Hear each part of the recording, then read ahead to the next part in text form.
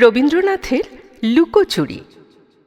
আমি যদি দুষ্টুমি করি, চাঁপার গাছে চাঁপা হয়ে ফুটি, ভোরের বেলা মাগো ডালির পরে কচি পাতায় করি লুটোপুটি। তবে তুমি আমার কাছে হারো, তখন কি মা চিনতে আমায় পারো? তুমি ডাকো, খোকা কোথায় ওরে? আমি শুধু হাসি চুপটি করে। যখন তুমি থাকবে যে কাজ নিয়ে, সবই আমি দেখব নয়ন মেলে। স্নানটি করে চাঁপার তলা দিয়ে আসবে তুমি পিঠেতে চুল ফেলে। এখান দিয়ে পুজোর ঘরে যাবে, দূরের থেকে ফুলের গন্ধ পাবে।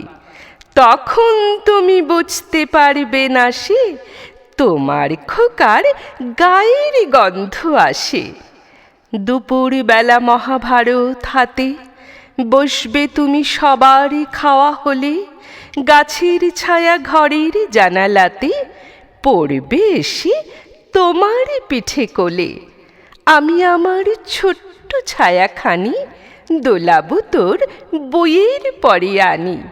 তখন তুমি বুঝতে পারবে না সে তোমার চোখে খোকার ছায়া ভাসে।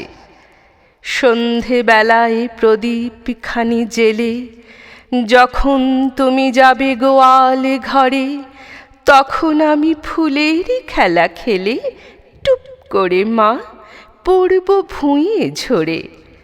আবার আমি তোমার খোকা হব, গল্প বলো তোমায় গিয়ে কব। তুমি বলবে দুষ্ট ছেলে কোথা, আমি বলবো না সে কথা।